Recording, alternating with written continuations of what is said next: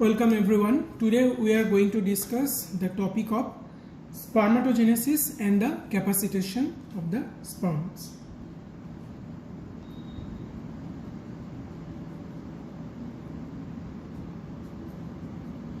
So, spermatogenesis means the formation of the spermatozoa from the primitive germ cells. Now, in this context, we should know two important terms. One is spermiogenesis and another one is spermatogenesis. The spermiogenesis procedure is a process to form a spermatozoa from the spermatids. So spermatid to sperm formation, and the spermatogenesis itself comprised of two processes. One is spermatocytogenesis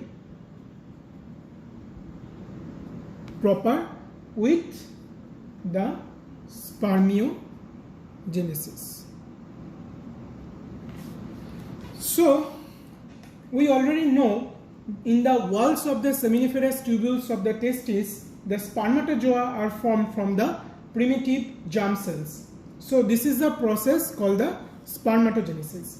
Now this spermatogenesis process, if we do a flow chart, this process is like something like this. Here the spermatogonia, that is the primitive germ cells,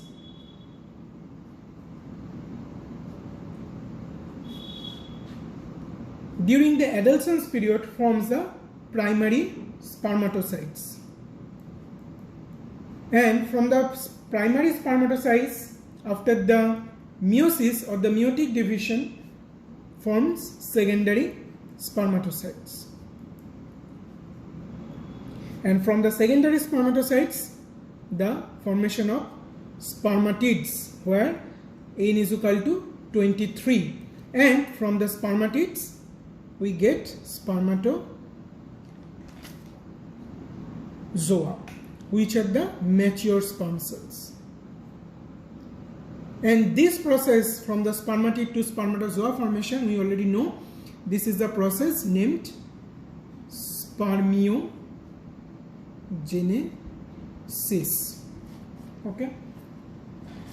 So when a single spermatogonia divides and matures, its descendants are tied together by the cytoplasmic bridges until the late spermatid stage, and this arrangement ensures the synchrony of the each clone of the germ cells. Okay, so from the single spermatogonium there is formation of 512 spermatids, and the formation of a mature sperm, that is a formation of the mature spermatozoa from a primitive germ cells, that is from the spermatogonia, takes at least 74 days in humans, and each sperm or the spermatozoa are very much motile and rich in DNA, with their head is made up mostly with the chromosomal material, and covering the head, if it is a head, then covering the head there is a special cap-like structure known as the acrosome. This is the tail.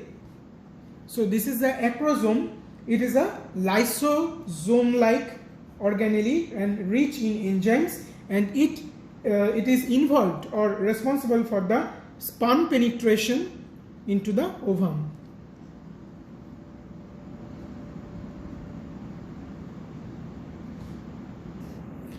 And the proximal part of the motile tail of the spermatozoa is wrapped by a sheath containing many mitochondria, and this mitochondria gives the energy for the motility of the sperm, or the energy required for the motility of the sperm. And the membrane of the late spermatids and the spermatozoa mainly contained a special enzyme known as GACE, or its full form is germinal angiotensin converting enzyme, and this is transcribed from the same gene as the somatic angiotensin converting enzyme. The function is totally unknown, but it is seen that if the gene required for the production of the JACE is knocked out in experimental animals, then all the spermatids or the spermatozoa are totally sterile. Now we will focus to the process of capacitation. We all know that the spermatozoa living from the testes are not fully mobile, and they contain their maturation and continue their maturation and acquire the motility during the passage through epididymis. Here the spermatozoa acquired the ability to move forward.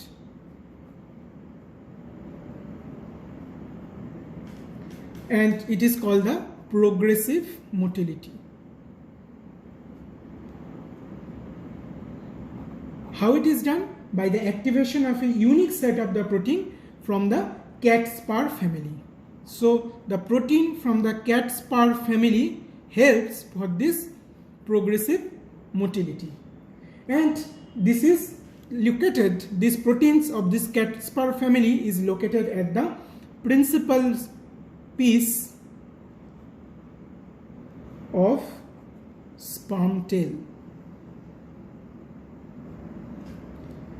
These cat-spar family proteins are nothing but the alkaline sensitive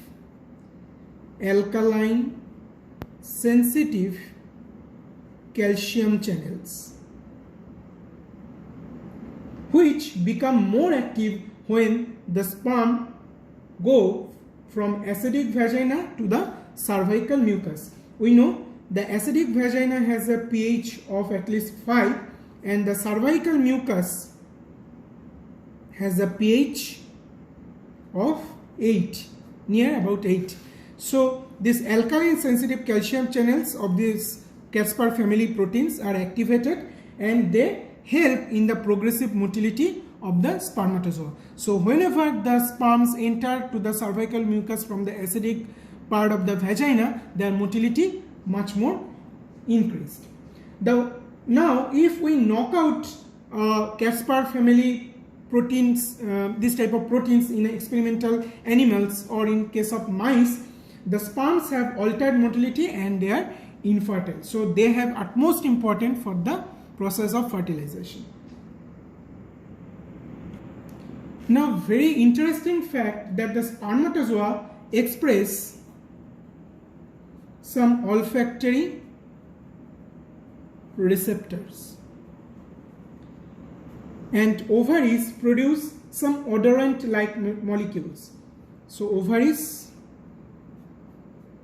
contain odorant type of molecules. So these molecules and their receptors in the spermatozoa, so receptors at the spermatozoa and the odorant like molecules in the ovaries, they attract each other and their receptors interact, fostering the movement of the spermatozoa toward the ovary. So this is a process of chemotaxis. So by the process of the chemotaxis, the mature spermatozoa are going towards the ovaries and they meet the ovum at the fallopian tube. Now the ejaculation of the spermatozoa is due to contraction of the vas deferens by the P2X receptors, which is a ligand gated cation channel.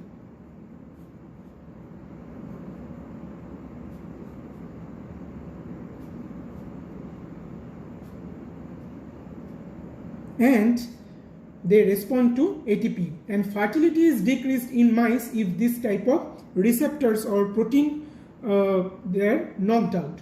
So these receptors also have importance in case of fertilization. Now the most interesting fact and the most important fact here is in the isthmus of the fallopian tube. So where at the isthmus part of the fallopian tube, they slow down. The spermatozoa slow down and they undergo the process called capacitation. This capacitation is a process of further maturation process of the sperm and involves two components. So capacitation of the sperm has two components. First component is increased motility, further increased motility of the spermatozoa,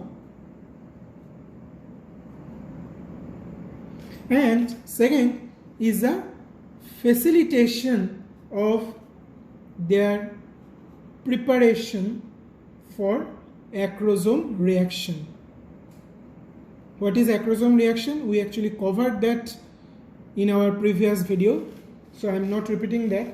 So this is a process, is very much important. Without this capacitation process at the isthmus part of the fallopian tube, there will be no acrosomal reaction, there will be less motility of the spermatozoa, and they will be unable to penetrate the ovum membrane. So fertilization will not take place. So this is very much important during the motility of the sperm towards the fallopian tube for the meeting of the ovum. And from the isthmus, the capacitated spermatozoa move rapidly to the tubal ampullus. So after the capacitation process is done, the spermatozoa move rapidly towards the ampulla of the fallopian tube, where they meet the where the spermatozoa meet the ovum and fertilization take place. So remember, fertilization occurs at the ampulla of the fallopian tube, but the capacitation of the sperm takes place at the isthmus of the fallopian tube, and this capacitation is very much important for the fertilization process. Thank you.